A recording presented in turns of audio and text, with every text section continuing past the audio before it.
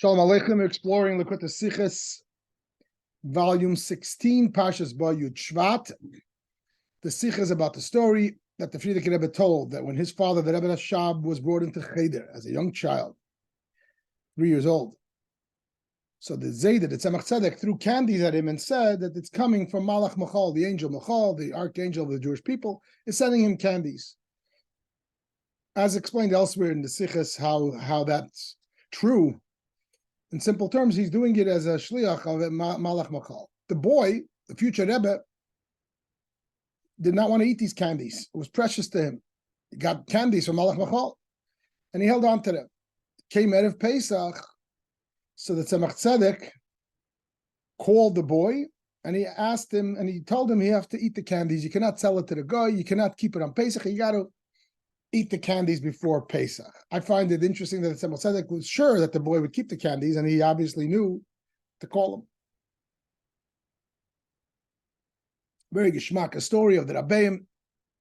So the Rebbe asked a simple question: why did he have to make the boy eat the candies? He should have sold it to the chametz, and this will allow the boy to have it after Pesach, and it will inspire him. He's holding on to candies from Malach Machal, which remind him of going to Cheder and everything else.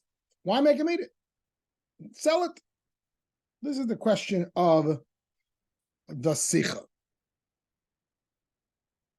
So let's bring it up on the screen. There's a little bit of a back and forth here. The first question that I've asked, why didn't he sell it in the chametz? And there's going to be question two, why didn't he declare it ownerless, hefker? There's such a concept in halacha that I can declare something ownerless. I no longer own it. In fact, we do that with the chametz.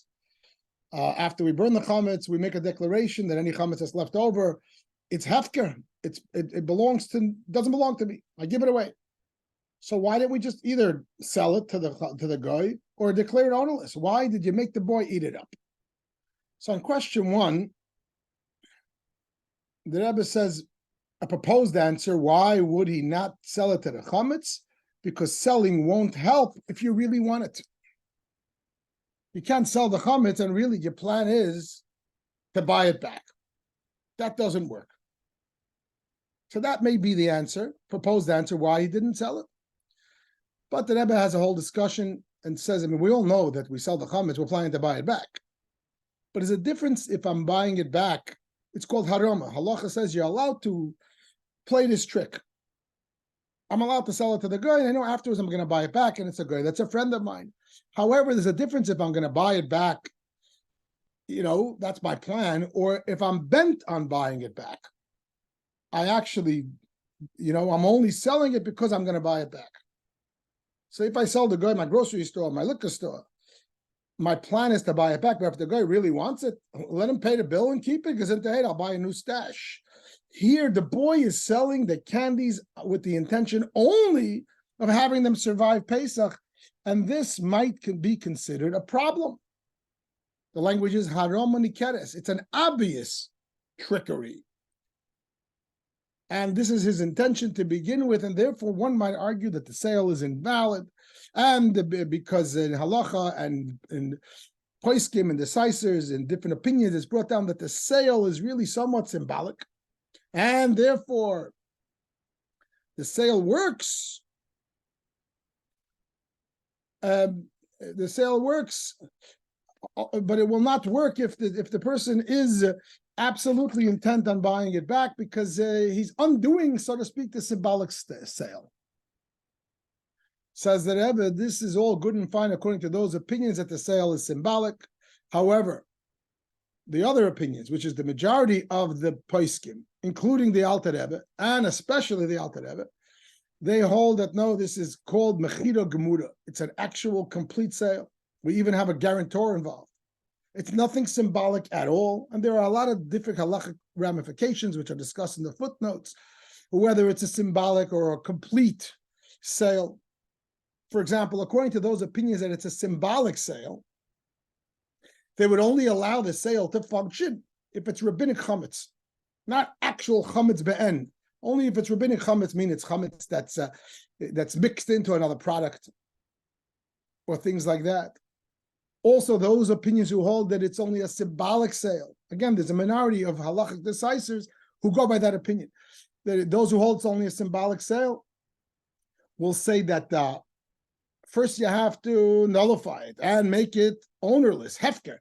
You say the kol chamira, and then you sell it. So the sale is not really required, so to speak. It's extra, and it only applies to chametz, which really is anyway not yours. And it's only rabbinic chametz, etc. And according to those opinions, that it's such a type of sale, yeah, if you're selling it with the intention of buying it back, it's problematic. However, according to those majority opinions, and the Alter Rebbe included, and especially the Alter Rebbe, who adds on the layer of the guarantor, the Art Kabbalah, this is a perfect sale. It's an absolute sale. And it doesn't matter what you have in your mind. You can have in mind you're going to buy it back.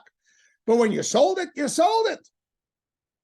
And this opinion, and this majority opinion of the halachic decisors of the poskim, including the Alter Rebbe, holds that you can sell chametz that's biblical chametz, not only chametz that's rabbinic chametz. And not only you don't sell the chametz that you have made ownerless. That's ownerless.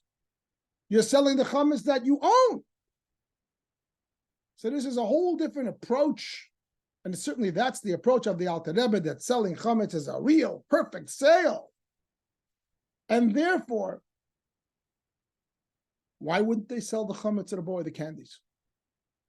It's a real sale. So back, question one stands. Question two, by the way, the Rebbe brings in a footnote that we have precedent in some of the Tzadikei Poilin, the holy Rebbes of other Hasidic groups, and it's brought down, he quotes from the book Tamei HaMinhagim, that they in fact had a custom in those circles to sell things that they got from the Rebbe, which they felt precious and holy, various shirayim left over from the table, etc., and they didn't want to, lose it, so they would sell it. So it's not like this is unheard of. You're talking about serious Hasidic courts and serious tzaddikim, and the custom was to sell it. Why didn't the Tzemach Tzedek instruct the boy to sell the candies? Question two, again, especially in line with Alter Rebbe's opinion that mechiras chametz is mechira gemura, that selling the chametz is a total legal sale. Question two is, another way to do it is declare it ownerless.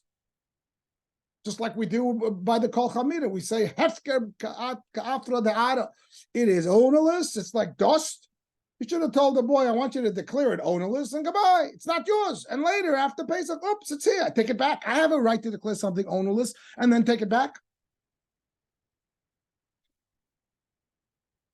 I have a young son. We walked to shul on Shabbos, and it happened once or twice when he discovered that he's carrying something. So what do? You shake it out of your pocket. It's Shabbos. But what do you do after Shabbos? You go back and look for it. There's nothing wrong with that. Just borrowing the concept. So I could declare it ownerless, and it's not mine. And after Pesach, if it's there, he declares it, it's his. And that should solve the problem. Proposed answer, says the Rebbe, that there is a law, takonas chachamim, a declaration of the sages, which precludes a person from declaring his chametz ownerless if he keeps it in his home. According to the strict letter of biblical law, I don't have to clean my house for Pesach. I don't have to sell the chametz. I don't have to clean the house. I don't have to burn. I don't have to check. I could just decide that I am declaring everything ownerless, and it's not mine. Goodbye, good luck. It's over. However, the sages did not accept that, and they said, no, you have to clean out the house, and you have to get rid of it, and you have to burn it. Why so? Because two reasons. If I leave all the chametz in my pantry, and I just declare it ownerless, there's two problems with that. First of all, it may not be wholehearted. Declaration of ownerless is in the heart. We don't know if it's 100%. Did I really declare it ownerless? Did I almost declare it ownerless? Was I just playing the game? It's a heart matter, and therefore it's hard to gauge how true it is. And the second thing is, being that a person is so used to eating the chametz that he comes across in his pantry, in his home, God forbid it might happen. For these two reasons, the Chachamim said declaration of ownerlessness is not sufficient. So what are you saying, that the Tzemach Tzedek should have told the boy just declare it ownerless? It's not sufficient according to the enactment of the sages. So the Rebbe says, yeah, but that's only if you keep the chametz in your house. But if you put it in a public space and you declare it ownerless, you solve both issues. If you remove it from your home, you put it in a public place, you solve the two issues. What were the two issues? The sages were afraid that you didn't mean it with your whole heart and you might accidentally come across it and use it by habit. If it's not in your home, you're not going to come across it, and then it doesn't matter so much whether you're wholehearted or not. It's not there. And this here, the Rebbe goes back and forth. Although, you might say, so according to this, but the Tzemach Tzedek should have taken that route. Make it ownerless. If it's removed from the house, it does not have the issue of the enactment of our sages, because it doesn't have these two problems. Then you're going to say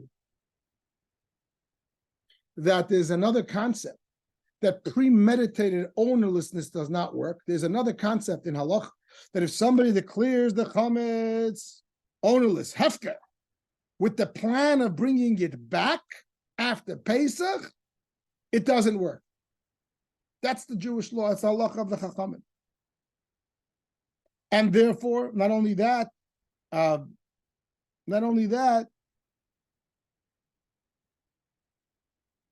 no yid is allowed to take benefit after Pesach. If a Jew kept chametz and he just declared it ownerless with the plan to bring it back, that's a problem. So if that's the case, so what do you mean? This is premeditated. So the Rebbe says that that's also not a problem here, because the reason for that enactment is because the Chacham didn't want. You see, if you're allowed to take something and put it in a public place and declare it ownerless and then take it back after Pesach, every yid's going to do that. It's going to become one big game. And then the whole ownerless declaration is suspect. So the sages were afraid that this is going to become the habit of the Jewish people, and it's going to be problematic, and the whole thing is going to be only a trick. And therefore, they said, no, you can't do that. If I declared it ownerless, even if I removed it from my property after the fact, maybe I didn't transgress, but I'm allowed to use it. Says the Rebbe, but in this case, there's another two issues here that give this candies an edge that they should be allowed to use that process. A, it's not actual chametz, it's a candy. The chametz is mixed in. We don't know if it's nullified by 60 or by 1,000. If there's any chametz, it's a doubt even.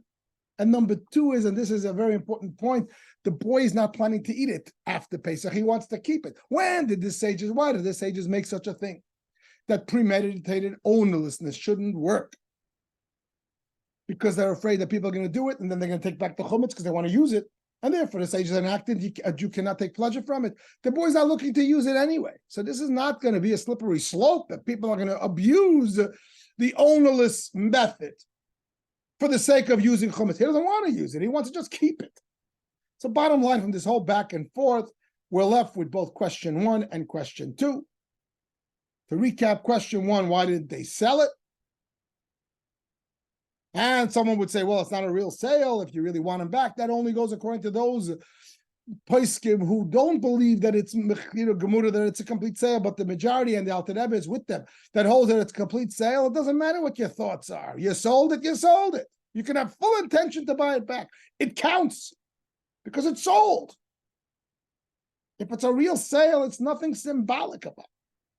So why didn't they sell it? And question 2, why didn't they declare it ownerless and have the boy place it somewhere, outside Lubavitch, and among the trees, it's in a public space, and then go back and get it later? And because it's not in the home, it does not come under the clause of our sages that say that declaring it ownerless isn't sufficient, because it's not in your domain. So we don't have one of these two fears, that maybe it's not wholehearted or he might come across it. And it also doesn't come under the clause of our sages that ownerlessness doesn't work if it's premeditated to take it back, because they don't want people to use that loophole. But here, first of all, it's not actual chametz, it's just a tiny bit and maybe not even. And the purpose here is not to use it, the purpose is later to keep it. And therefore it should not go under that clause. So we're back, question 1 and 2 stand. The Rebbe parenthetically, proposes that maybe the whole thing here is blown out of the water for a side problem. That what? Halacha says that a child, a minor, he can acquire, but he cannot convey ownership. That's the halacha. If you give, for example, a gift to a child, even though a child is a minor, so he doesn't really have legal standing, but halacha enacted that a child is kind of, he can acquire, because they were, I believe it's because Darche Shalom, they didn't want people should fight. So if you give something to a child, you sell it to a child, or gift it to the child, technically, if it doesn't belong to him because he's a child and cannot actualize acquisition, so everybody's going to come and schlep it from him. He's going to be fighting. The kid's going to fight back.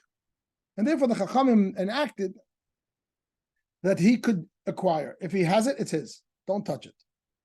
But he does not have the power, being that he's a minor. He doesn't have a legal a standing in halacha, and therefore he cannot convey ownership. He cannot grant ownership.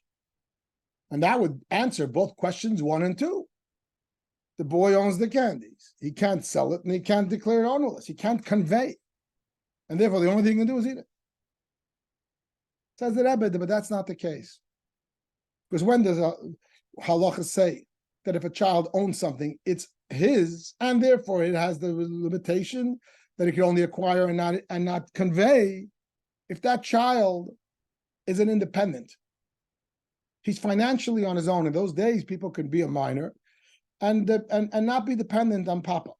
However, if the child is dependent on his father for his livelihood, living under his father's roof, and his father's paying all the bills, halacha says he actually owns nothing. Whatever he owns is owned by his father. And therefore, the responsibility would just go back to the father of the boy, the Rebbe Marash, the adult, and therefore, yes, there isn't an issue. He could convey ownership either by selling it or by declaring it ownerless. So we are left, as we leave this screen, we're left with both questions 1 and 2.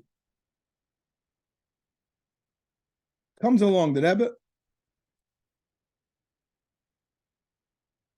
These are strong halachic questions. There's 2 halachic ways to save this candy for the kid, for the future Rebbe. And it wasn't done. Which obviously he wasn't happy about. He didn't want to eat it. He wanted to hold it for the rest of his life, right? It wasn't done. Why not? After the whole back and forth, there's 2 halachic ways to do this. Sell it or declare it ownerless. So the Rebbe says the answer is a Chassidish answer. The answer is because it's disrespectful of his Rebbe. It's disrespectful of his Rebbe. Your Rebbe gave you something and you sell it to a non-Jew. How could you do that? The Rebbe is celebrating this answer. Parenthetically, there's discussions among people learning the Sicha, why this is called the Sicha of Bo Yud Shvat. It's not about Yud Shvat. It's about Parshas Bo. What's the connection to Parshas Bo? Because the idea of getting rid of the chametz, and also the Rebbe says the idea of education, you should tell it to your child. And that's what the Sicha is about. But why is it called Bo Yud Shvat? What's the connection to Yud Shvat? It's not about the Friedrich Rebbe, it's about the Rebbe Hasham. So apparently Chassidim are saying that that's because the theme of the Sicha is the theme of Yud Shvat, namely the Chassid Rebbe relationship. That according to halacha, so to speak, that Tzemach Tzedek is teaching this little boy that even though halachically there's various ways for you to get around this, you're not going to do it. Because a Yid, a Chassid, does not disrespect his Rebbe. So this is a Hiskashrus message. It's a Yud Shvat message, therefore. So that's ultimately the answer. You don't sell it. That's going to really be the same answer in the next screen, why you don't make it hefker, why you don't just make it free for all. How could you make your chametz free for all? You got it from your Rebbe. How could you make it belong to a non-Jew or to nobody? It's disrespectful. So that ultimately is the answer. But here the Rebbe goes into a fantastic chakira, a fantastic thought process based on the teachings of the Rogatchover, genius. And the Rebbe says, in addition to the fact that it's disrespectful, another piece of that is that the holiness will no longer hold. If I have a piece of candy which a Rebbe gave me, it's holy. Rebbe, Malach Machol, whatever it might be. and now I sell it to the guy now owns it. What makes it a holy thing? Because it was owned by the Rebbe. Now that it's owned by the guy, the holiness is gone. So this is an addition. This is even to add the emphasis. Obviously, it's disrespectful. Plus, it's not going to work. After Pesach, you buy back the candy. It's no longer the Rebbe's candy. Because God forbid to say the Rebbe owned that candy on Pesach in any which way. So therefore, the holiness is gone. And here's where the Rebbe goes into a fantastic chakira of two ways to look and to decide, will there be a possibility that when the candy is bought back after Pesach, it still does hold the holiness of the Rebbe or not? So the Rebbe says that Rogatchover, genius, Rogatchover going, who the Rebbe corresponded with and brought down so many times in the Sichas, the Rebbe celebrated his way of learning Torah. He says there's two views on the chametz prohibition. One is that it's about form, and one is about the essence. I have a piece of bread. What is prohibited? The form, the fact that it's bread, and it can be used to eat and to as chametz, or just the very existence of it. Beyond the fact that it's bread, the fact that the form of it, the use of it, the very existence of it is problematic. Now, how do you differentiate between these two things? I got a piece of bread. If you're like me, maybe 7-layer cake, whatever it is. What's the difference between the bread's form and use and its existence? They're one and the same. So what is the chakira? What is the Rogatchover here trying to split the hairs? So I want to give a plain practical example. If I have chametz in a product that's not edible, I have chametz in my shampoo or my nail polish or what have you, but it's chametz. There's alcoholic processes which deem it chametz. The halacha is that if that was the case before Pesach started, it's not a problem. I can have it in my home and I can use it. But it's chametz. So the Rogatchover would say it depends on which approach you say. If you say that the Torah said that you're not allowed to have chametz and use it because it's the chametz, because it's leavened bread, it's edible. This is not edible. You can't even feed it to a dog. That's the proof. That's the deck. That's the line. That's the red line. If it's not edible to a dog before Pesach came in, as your shoe polish, as your nail polish, as your shampoo might not be, it's no longer an issue because the prohibition of the Torah is not to have chametz that's edible. Because chametz means bread, food. But if it's shampoo, but if it's nail polish, it doesn't have the prohibition of chametz because according to this side of the analysis of the chakira, the prohibition is on the usage. Or says the Rogatchover, there could be an approach that the Torah so despises chametz and whatever it represents, that the actual essence of the existence, that even though this chametz, this alcohol, whatever processes in the nail polish, was brought to a place where it's no longer edible, even for a dog, so what? It's still chametz. So there's the two sides of the chakira. So which one is it? And the Rogatchover gives examples, the Rebbe brings examples of what might be the difference between these two sides in halacha. One is, for example, chametz after Pesach. God forbid a yid kept chametz by accident, not by accident. It was in his possession over Pesach. Is it now treif after Pesach and prohibited to use or benefit from or not? So we go into these two sides.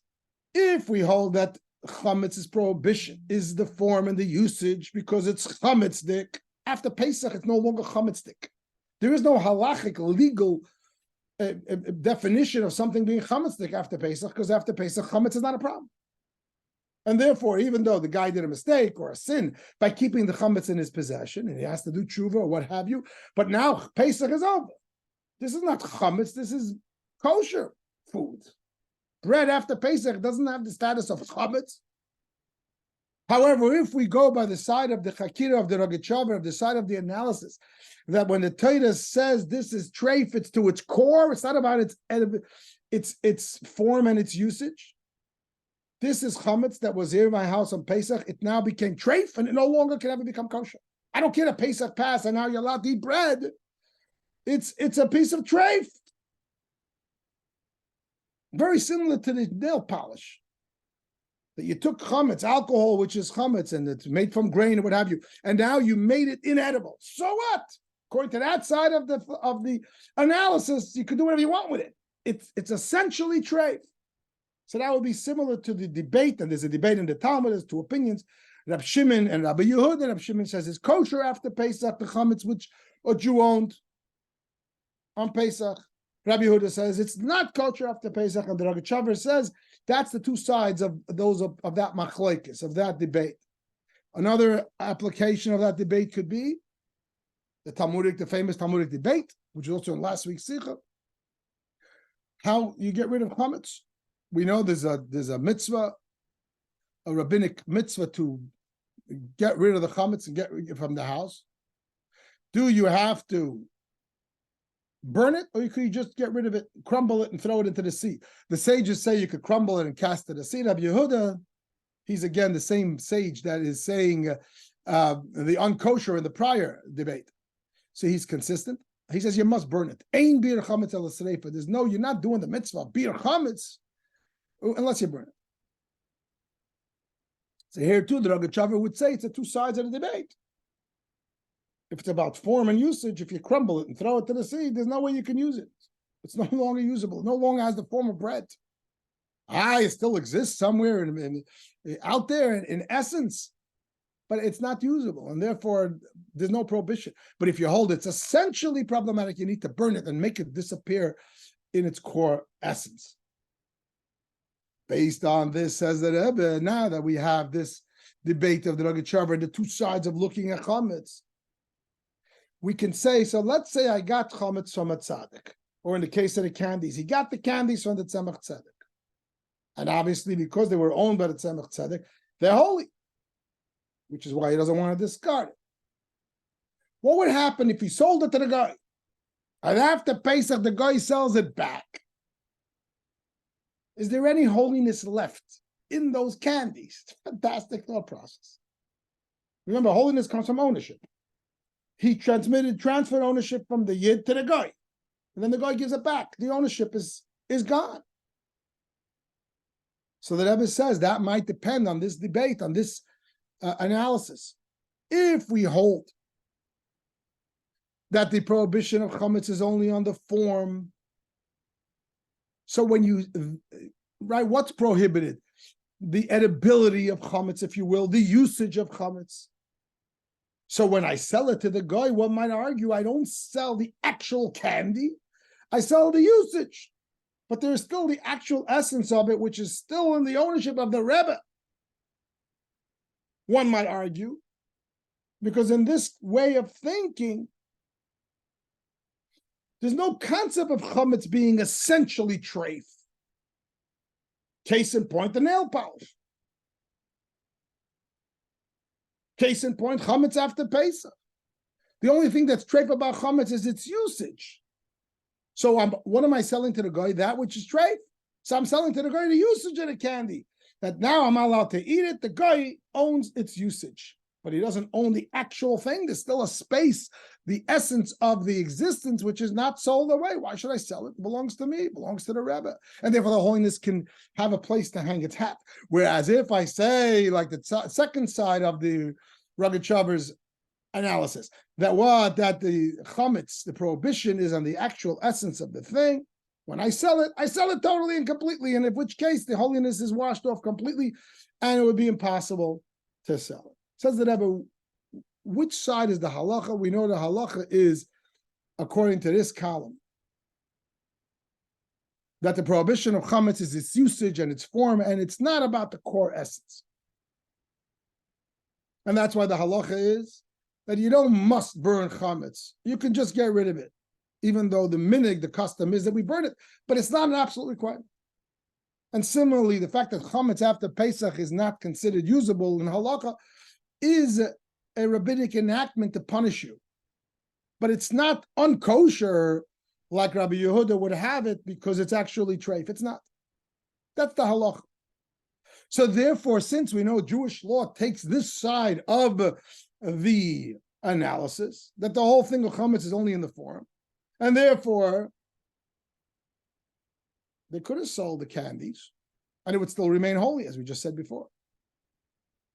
Because again, if you hold that the chametz aspect, the prohibition, which is the thing that you sell to the guy, is only the form and the usage, but the essence is not affected by the prohibition of chametz. So the essence is the place where the holiness will hang its hat. It's still there. And therefore sell it to the guy, buy it back, it's still holy. But the Rebbe says, this is here, the Rebbe, a lot of the Sicha is based on the opinions of the Alter Rebbe. But the Alter Rebbe says selling chametz is complete. And he's in good company with the majority of the poskim, that it's an actual total sale, but he adds to it, it's done with an Arav Kabbalah, with a guarantor. It's a real deal. It's a sale. There's nothing, there's almost like nothing halachic about it. It's total. It's not in theory. It's not, as we said at the beginning of the Sicha, that those who hold it's not a complete sale, it can only be done once you already made it ownerless, and it can only be done with chametz, which is rabbinic.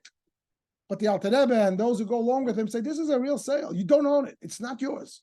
If you look at the footnotes, that would mean that the non-Jew can resell it, etc., etc. And if that's the case, sale means sale. This whole business of the Rogatchover's analysis of taking apart, if it's the form of the chametz that's prohibited by Torah, or the essence, that's a chametz discussion. It's not a monetary discussion. It's fantastic that it ever splits this. It's an isur v'heter, it's a prohibition discussion. And there you can take it apart and say, well, not the actual, but only the form, the usage of what the Torah prohibited. And in fact, the Rogatchover halacha leans to that side. But when the Alter Rebbe and his paiskim who say that mechiras chametz is mechira gemura b'arav kabbalah, selling a chametz is an absolute sale. It's a deal. It's not yoyda deya. It's not the laws of kosher. It's chesed mishpat, so to speak. It's the laws of transaction. It's sold. And therefore, there's no part of the candy that's still owned by the yid, and there's absolutely no place for the holiness to hold its hat. And therefore, this is another reason why there was no point in selling the chametz to the guy. Because when it would come back, these candies would no longer have any holiness of the tzemach tzedek. So this becomes the answer. It's one answer, but the Rebbe makes it into 2 points. It's disrespectful. You don't sell chametz to a guy that belongs to a Rebbe.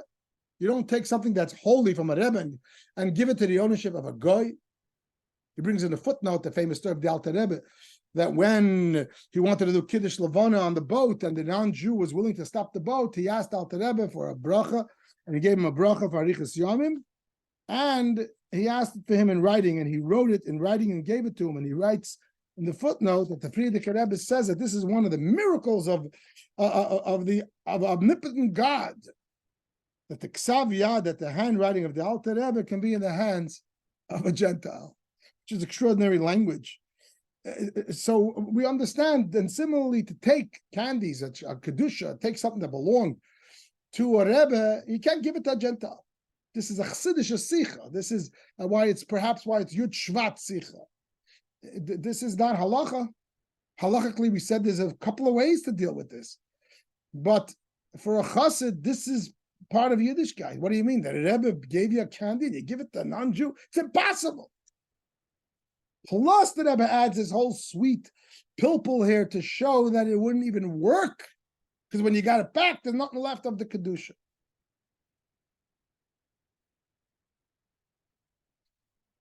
I want to suggest, how is it that this was done in other circles? As we said, beginning of the Sicha, the Rebbe brings it down in footnote number 7, that there were great tzaddikim and Hasidic courts where it was done. The Rebbe addresses it here again in footnote 53. He says it's different, but he doesn't say why. I'm wondering if one could say that maybe they did not go according to the Alter Rebbe's method of selling chametz. I don't know. I'm not sure why they weren't worried about the disrespect. Maybe they didn't feel that type of connection to the disrespect. But also, if one would argue, this is just a potential conversation. I'm not saying this with authority. That if they don't go according to the Alter Rebbe's opinion, and therefore mechiras chametz may not be total and complete.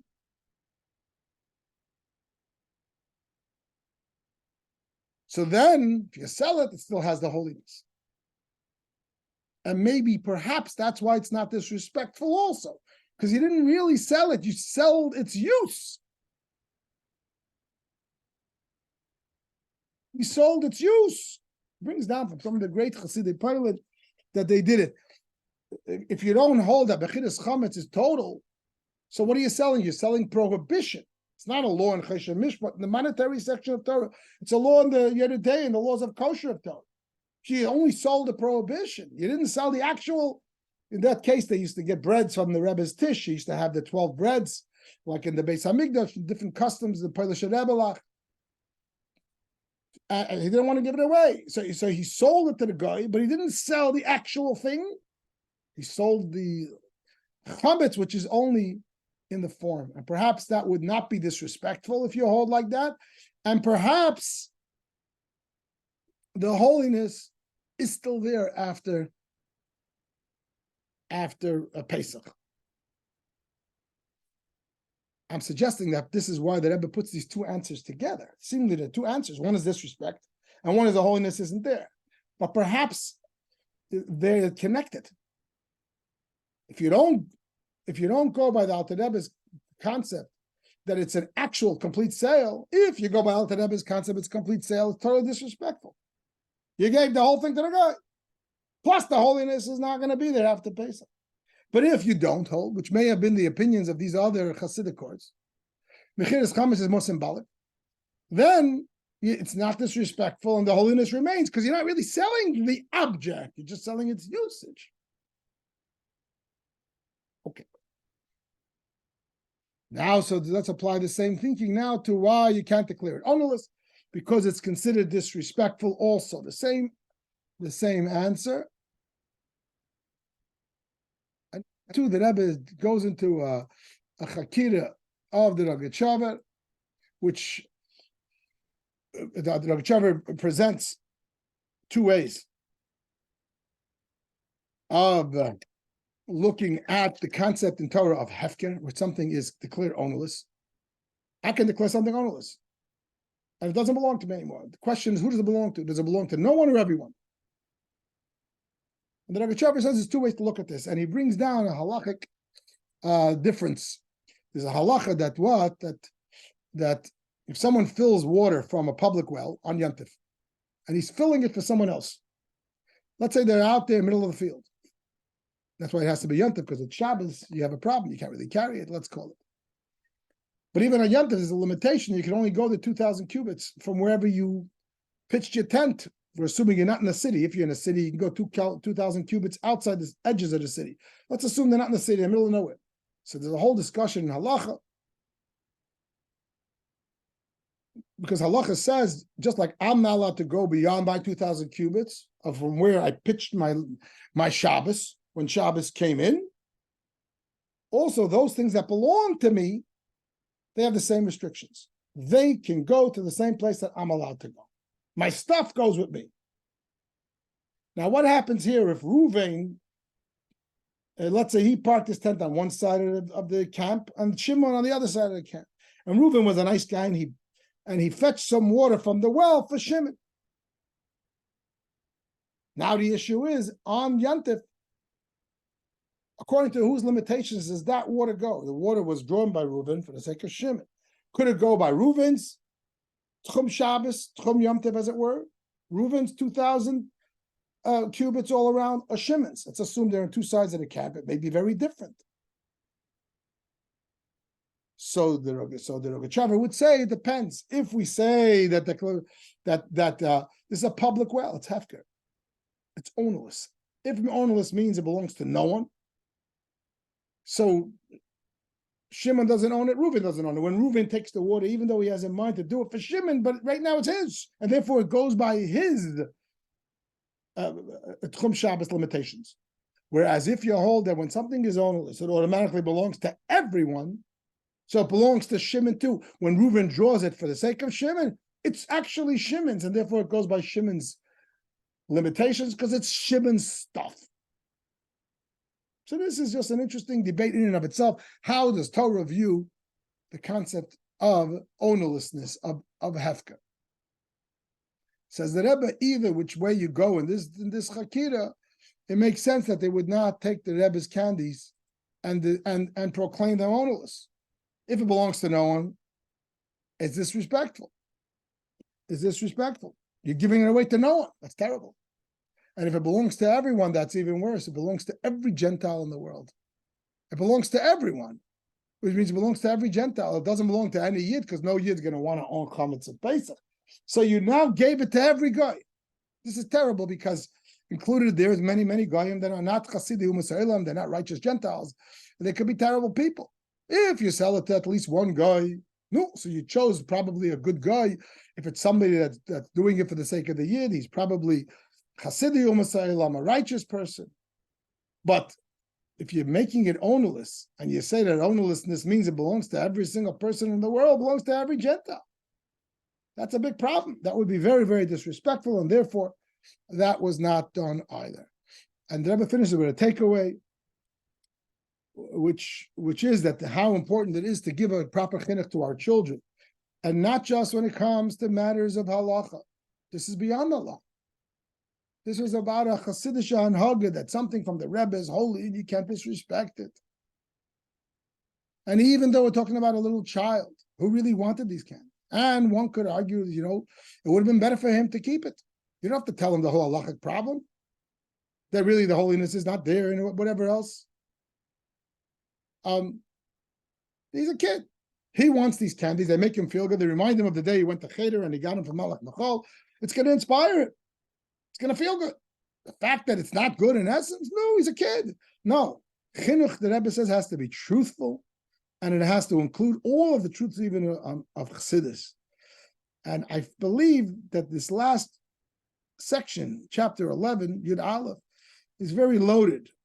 And he finishes the Sicha that this empowers us to walk in the ways of Rabbeim, which is a language that's used in Igeres HaKodesh, chapter 27, Siman Chav Zayin, Siman Zach, which speaks about how to deal with the fact that there's a stalkus of the Rebbe, quoting, because the body follows the head, and we follow his ways Netzach Salavod forever. Like, why is this here?